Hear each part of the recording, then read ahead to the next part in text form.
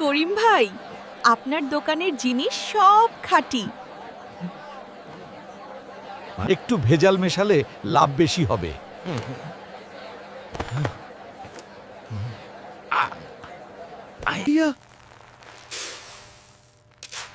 কেউ বুঝবে না হয়তো,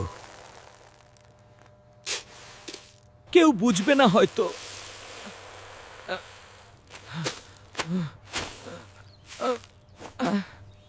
বাবা, ভালো ডাল দাও।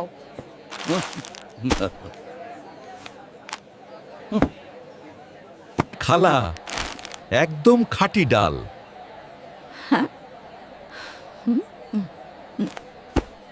খাবারের কারণে অসুস্থ হয়েছে।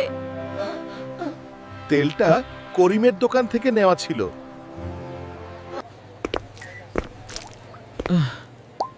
আমি কি ভুল করেছি?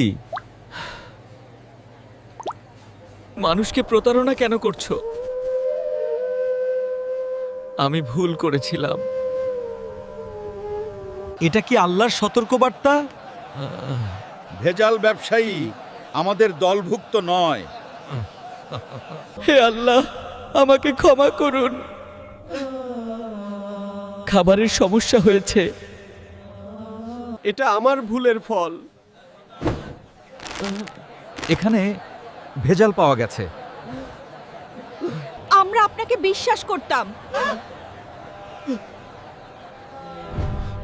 আমি আর কখনো ভেজাল করব না। আজ থেকে শুধু খাঁটি জিনিস বিক্রি করব। এখন থেকে সব খাঁটি পণ্য। আবার বিশ্বাস ফিরে এসেছে।